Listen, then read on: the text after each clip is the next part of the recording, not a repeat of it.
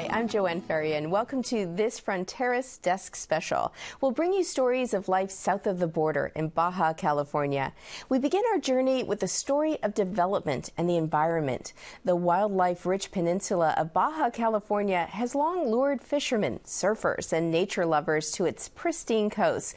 But when real estate boomed in the U.S., it also boomed south of the border with beachfront high-rises and luxury resorts.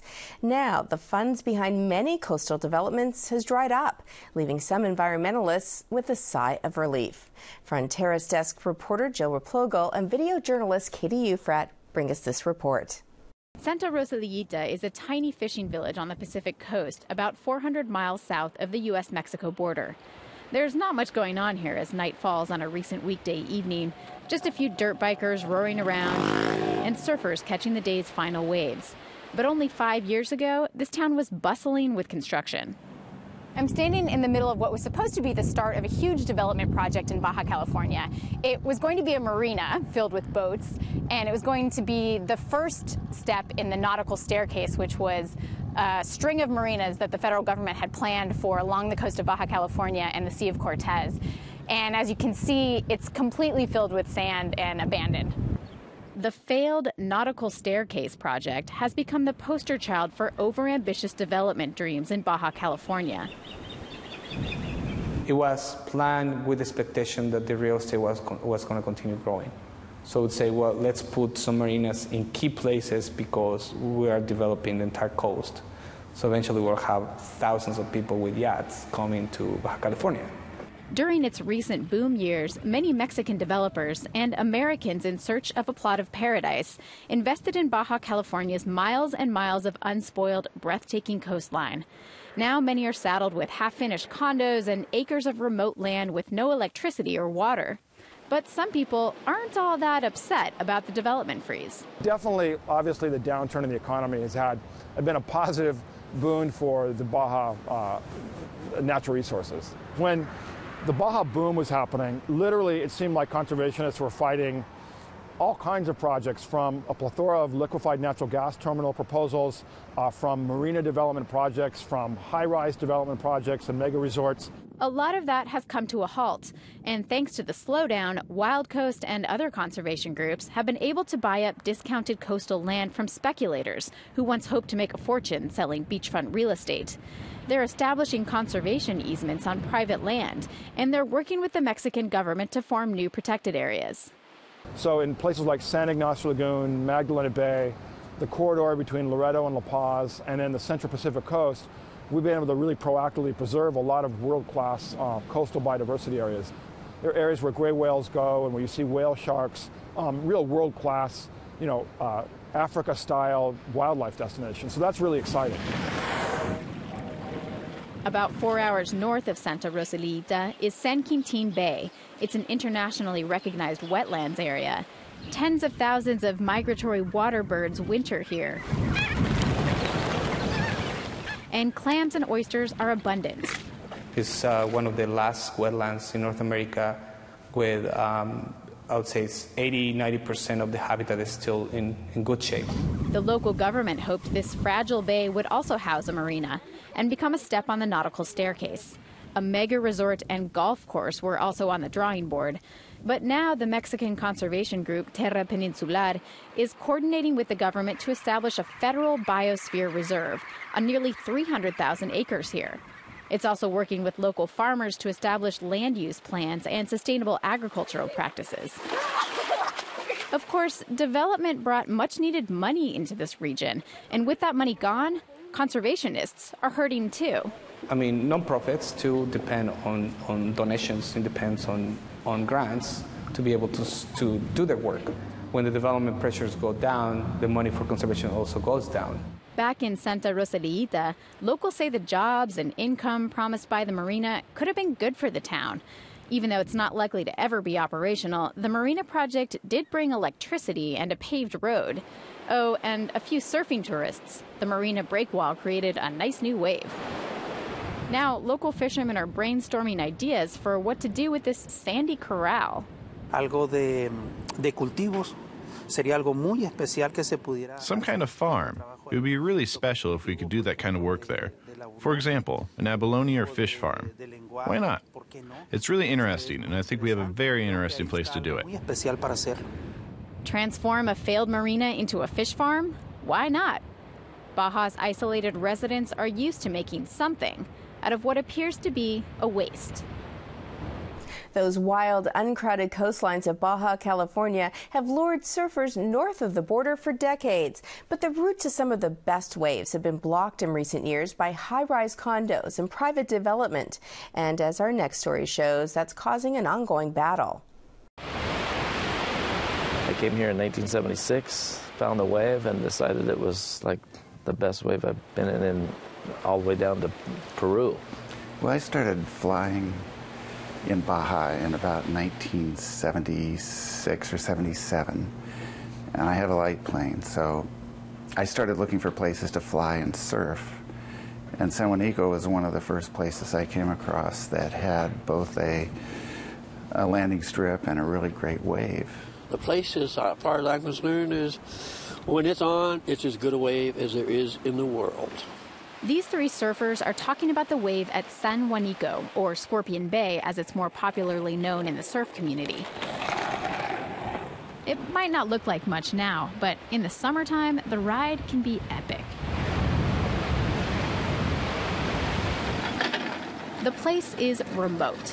From San Diego, it's about a 900-mile drive via the main paved highway, or 650 miles if you're willing to brave a long stretch of mud and salt flats. Despite the distance, in the summertime, hundreds of American surfers make the journey in four-wheel drives and makeshift campers. They spend their days riding waves that can last up to a minute and a half. That's a long ride. Most spend their nights in the campground that occupies the rocky, cactus-studded point directly above the wave. This prime piece of land has caused a nasty legal battle. It demonstrates the passion and sense of possession surfers feel for their waves. James Adkins is one side of that battle. We're very selfish with our waves. I mean, we don't want to have more people. His former business associate, Reuben Andrews, is on the other side. He leases the campground land from a communal agricultural group, or ejido. Whoever ends up with that property, you know, has kind of a public responsibility to deal with it in a way that I think respects the traditional uses there. Meanwhile, the ejido just wants to turn a profit. The ejido owns thousands of acres of beachfront property, and they never used it for much more than grazing until the surfers came. Pues, ¿de qué me serviría? What good would it do me to have all these beautiful places if I don't have the capital to develop them? At stake, though, may be the most sensitive issue in the surf community: access. Adkins actually started the campground at San Juanico, but he eventually moved on to a more lucrative business, negotiating land sales between American investors and the same ejido. Adkins says he didn't necessarily want to see his semi-secret surf spot developed, but I couldn't keep putting on the brakes when the ejido wants to sell their property, and if I don't do it, someone's going to step into my place. So he and a group of Southern California investors offered $3 million to buy up the campground land and build a cluster of beachfront homes at that perfect wave. But Andrews' campground lease was still in effect. That's where the war began. We tried to buy out Andrews from the beginning. He didn't want to sell out. So as in all negotiations, we tried to figure out a way to force him to sell out. The two former business associates and the ejido have been filing suits, countersuits, and appeals against each other over the lease and the sale for the past 5 years. Andrews and Adkins both accuse each other of trying to block off the land. Come on, Sandy, let's go. On a recent morning, the seasoned surfer Lee of the Sea tries to play catch with his unruly German shepherd, Sandy. Lee has been camping and surfing in Baja California for decades, and he's lost access to many of his favorite surfing spots between Tijuana and Ensenada. I mean, access has been just about completely cut off in a lot of those places. Though he'd like young surfers to have what he had, Lee says that may not be possible. It's changing. I mean, everything changes. Like I think I said before, you gotta kind of, if you don't change with it, you get buried. Adkins denies his group has plans to limit visiting surfers' access to the wave. but he thinks a more upscale and restricted use of the land along this prime surf spot is inevitable. In any projects all over the world, when the property gets to be a certain value, there's no way you're going to stop developers from buying that property and changing it from camping. The lawsuits are still ongoing, but it looks like there will be at least a few more years of camping at Scorpion Bay. More changes may be coming to San Juanico. They're planning to build a paved road to make the journey from San Diego about 300 miles shorter. Well, we continue our journey south of the border to explore the budding wine industry in Baja California. Though it's gaining traction, it has a ways to go to its goal of becoming the Napa Valley of Mexico. Baja California's Valle de Guadalupe lacks Napa's rolling, oak-studded hills, but it does look a lot like some of the wine valleys of Southern California. Sparsely vegetated, rocky hills give way to rows of planted vines and occasional groves of olive trees, rolling down towards the valley floor. Mexican wines have won scores of international prizes in recent years, including 12 medals in last year's International Wine and Spirits competition in Spain. The vast majority of the country's wine is produced in the valleys around Ensenada. In the early 80s, there were just 4 wineries in this valley, and now there are more than 60, and hotels and restaurants are popping up all the time. Still, it's not exactly easy to find your way around Baja's wine region. Signage is vague, and most roads off the main drag are unpaved and pocked with potholes and mud puddles. But the region has other, perhaps bigger problems. High taxes and, the bane of all Western farmers, a scarcity of water. If we want to grow as a sector, we have land, good land, and a very suitable climate.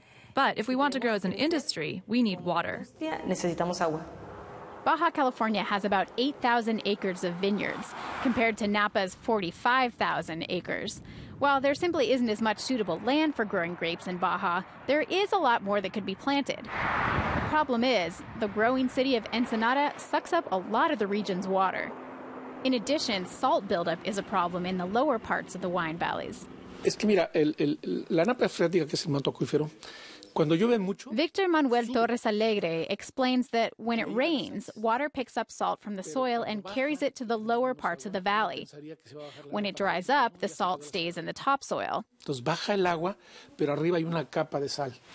Salty soil can damage grapevines and decrease crop yields. Plus, some Baja wines have a reputation of tasting a little salty.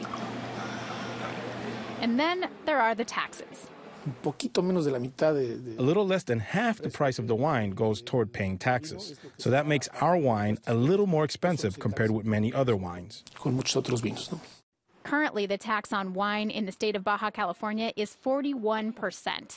It was set to jump to 45.5% in February, but the governor signed a last-minute decree that postponed the tax on local producers for a year. In comparison, in San Diego, the approximate tax on a $25 bottle of California wine is less than 10%. Alberta Ceja Medina runs the Cheque winery along with her husband. She's also the president of Baja's Grape Producers Guild.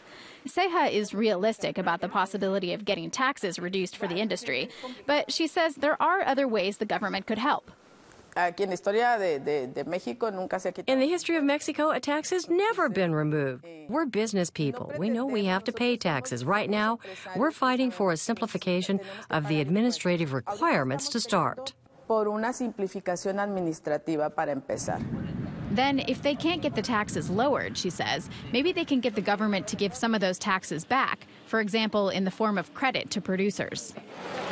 The Baja state government has designated the wine sector as a priority industry, but Ceja recognizes that the only way producers will get the support they need to flourish is to demand it. The government isn't going to say, come here, I'm going to help you. We have to get organized, get prepared and everything, and then go and say, look, this is how we want you to help us. The government is also looking at ways to provide more water to the region's wine growers. The latest plan is to pipe in gray water from Tijuana for irrigation. And the industry is getting organized and more professional. The State University in Ensenada now offers postgraduate degrees in grape production and winemaking. Manuel Victor Torres Alegre, who has a doctorate in winemaking from the University of Bordeaux, teaches at the school. Still, according to Ceja, the head of their Producers Guild, only about 30% of the wine consumed in Mexico is produced in Mexico. That means there's a lot of room for growth. If we don't cover it, another country's going to cover it, or another state, another region. So the market is there. We're the ones who have to get moving, the state, academia, and the business people. If they can do it, Ensenada could just be the next Napa, albeit on a smaller scale, and that could bring benefits to all of its residents. Just south of San Diego, hundreds of children whose parents have died or abandoned them live in group homes. In one such home is a young woman whose tale of wanting a better life in America has an unusual twist. She's actually a U.S. citizen living in a Mexican orphanage. Fronteras desk editor Jose Luis Jimenez brings us her story. Meet Flor Jacqueline. On the outside, she looks like your typical teenager, full of energy, self-conscious about her looks, likes to hang out with friends and draw. But her life story is atypical. She's an American citizen, born in Long Beach, California, and brought to Mexico when she was 4. She was abused by relatives in Mexico and has spent about half her life in a casa de hogar, which is similar to what in the U.S. is called an orphanage. It's what passes for foster care in Mexico, loosely regulated group homes that get most of their funding from foreigners. Now 18, she is reclaiming her U.S. citizenship. Her ultimate goal is to go to college in the U.S. and work with animals. Because I see that there are many more opportunities over there to get ahead, because here it seems like life is much more difficult. Flor's case is unique. Maria Dolores Párez Pombo has studied immigration and orphans at Tijuana's College of the Northern Border. What is rare to see are kids who are U.S. citizens living in an orphanage or in Mexico by themselves, because someone from the U.S. will usually claim them. Flor has lived most of her life in and around Ensenada, Mexico, and was frequently abused by her mother and grandmother. She said her love for animals came because she viewed them as a refuge. She could talk to dogs and cats, and they would not yell back. At age 8, neighbors called the authorities when they heard disturbance at Flor's house. They found her bleeding, and she was taken to a hospital for treatment. She was removed from her family and taken to the first Casa de Hogar. Attempts at reunification with her family failed, so she was placed in a second home and later a third, which she escaped from. Flor seemed destined for a tough life on the streets. One of her friends got pregnant when she was 15. But at an age when most people heading down the wrong path don't turn around, Flor changed. More than anything, I saw my family and how they were, and I said, oh no, I don't want to be like them. And it was that, more than anything, that inspired me to change. At age 16 and still a ward of the state, Flor was placed in Rancho El Faro, where she still lives. The orphanage is in the Valle de Guadalupe, surrounded by vineyards and olive trees. Rancho means ranch in English, and that is how this group home is run. They raise animals and crops to eat. They wash their clothes the old-fashioned way. The new kitchen under construction will burn wood because it's cheaper than buying propane. About 35 orphans live here. The majority are teenage girls. Most homes in Mexico would not accept children older than 12. Flor has spent many years in an orphanage, and she always knew that she was a U.S. citizen. But because she was a minor, she needed her mother's permission to cross over to the United States. Her mother never gave it to her. But now that she's an adult, she is on her way. Yeah. The director of Rancho El Faro says Flor uses her rough childhood as motivation. She focuses on what she wants, and that should help her break the cycle of abuse and dependency that she grew up in, because it hurt her growing up in an orphanage. To help Flor reach her goal, an Orange County-based charity called the Corazón de Vida Foundation has taken a special interest in her. Employees helped her obtain her birth certificate and have driven her to the U.S. consulate in Tijuana to obtain her passport. But why take such an intense interest in one orphan from the hundreds the foundation helps? Maricarmen McFarland Hernandez says Flor is a special case. Flor Jacqueline has a strong talent. She has a big heart. And she knows exactly that she wants in the life. The foundation wants to do more than help Flor claim her citizenship. The plan is to have her spend the summer in the United States learning English and then attend college in the U.S. in 2013, after graduating from high school in Mexico, where she gets good grades. Flor's goals go beyond school. She wants to help her family despite the challenges that poses. Flor wants to reunite with her mother and support her siblings, 3 brothers and a little sister who all live in Mexico. Despite growing up in an extremely dysfunctional family, she feels an obligation to be there for them. Traditional orphanages were phased out in the U.S. in the 1960s, but as we just saw, many children are still cared for in orphanage-like group homes in Baja California. Unlike the government-supported foster care system here in the U.S., Mexican orphanages depend heavily on charity to survive. Our next story focuses on a former orphan from Mexico who immigrated to the U.S. and now runs a foundation to help these kids. It has become a monthly tradition for some. A bus starts before dawn in Los Angeles, stops in Orange County, and finally arrives at Mission Bay Park in San Diego. There, it picks up more supplies and people. The final destination will not be one of the region's popular tourist spots. Instead, the group of 50 or so volunteers will spend the day at an orphanage, one that is within driving distance of Southern California. Bill Phelps from Encinitas is preparing to go on his 26th trip in a row. He enjoys reading to the kids, helping them paint, and occasionally acting as a pony during the once-a-month visits. Last time when I went there, I went into the toddler room, and they hadn't seen me for, I guess, 4 or 5 months. Before I could even sit down, they were already digging into my bag, getting out the colored pencils and the coloring books. Volunteers donate a variety of items, from toys to clothing to household cleaners. Once loaded up, the bus makes the quick trip south on the freeway into Mexico. After a stop at the Mexican Customs building, the bus winds its way out to Tijuana's eastern neighborhoods. It's a combination of new communities and industrial buildings. But there are also many older neighborhoods that preceded Tijuana's modern boom. The orphanage, Casa Hogar Zion, is in one of these areas. The road is not paved, there are no sidewalks nor streetlights. There is a palpable excitement in the air as the bus arrives. The orphans congregate near the entrance, anxious to meet the visitors. After quickly unloading items from the bottom of the bus, the children waste no time opening the toys, books, and craft supplies brought to them from the north. At any given time, there are about 100 orphans here at this home. They range in age from infants to university students. Most have been brought here by the government because of circumstances in their home, be it child abuse or drug abuse by their parents. Some of them have just been brought here by their parents because they couldn't care for them anymore. Dale Valenzuela came to Casa de Zion after her parents died. The tall 9-year-old likes to play volleyball and go to church, but is not that excited about school. When she grows up, she'd like to be a singer, or a dancer, or a pastor. She appreciates the visitors because they fill a special need. Even though I don't have 2 parents, they are like our parents. They help us. Some people do more than simply donate items. Some try to equip the children with tools to become successful adults. On a trip to Casa de Zion last year, Rick Levis Fitzgerald heard about a teenager who had just graduated from high school and dreamed of becoming a doctor. But the kid, Lorenzo Virelas Catalan, had no money to pay for his education. Levis went back home to Santa Monica, and with the help of friends, they now raise $500 a month for Lorenzo's education. The two met for the first time on this trip. Levis believes it's important for Lorenzo to become independent and set an example to others in the home. Because coming here for the day doesn't do much. It's whether you come back and what you do after that. Without the financial help, Lorenzo would not have been able to attend college. He and his 4 siblings came to Casa de Zion when Lorenzo was 8. 12 years later, they all still live at the home. No, well, to tell the truth, there is no way for me to pay them back for all of their help. And also, if they would not have helped me economically, I would not have been able to go to the university. There are a total of 9 buildings at the orphanage.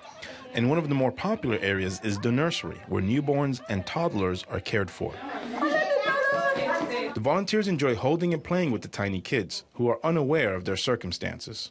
Hilda Pacheco Taylor helped organize the trip. She is the founder of the Corazón de Vida Foundation, one of the orphanage's primary sponsors. Pacheco and her 4 siblings became orphans after their father abandoned the family. Her mother, a tortilla maker, could not make enough money to support them. She had known about the orphanages. She had known about that system. But, obviously she didn't want to give her kids up. So she did end up taking us to an orphanage. And It was probably the best thing she could have done for us. It was a huge sacrifice, but it really helped us. Pacheco and her family eventually immigrated to the U.S. Years later, she visited her orphanage and was surprised to see how the home deteriorated. It was struggling to feed the children. In 1994, she started the foundation, which now helps support 15 orphanages throughout Baja California. The nonprofit has been bringing U.S. residents to the group homes for 18 years. Carmen Gonzalez, the director of Casa de Sion, says she could not operate the home without the kindness of strangers. I was privileged to have started the orphanage and to be a founder. But this is possible because many people help us, help these children succeed. After a lunch of pizza and fruit salad, the kids enjoy some homemade cupcakes from Los Angeles. Then there's some last-minute playtime, and the volunteers board the bus to head back to the United States.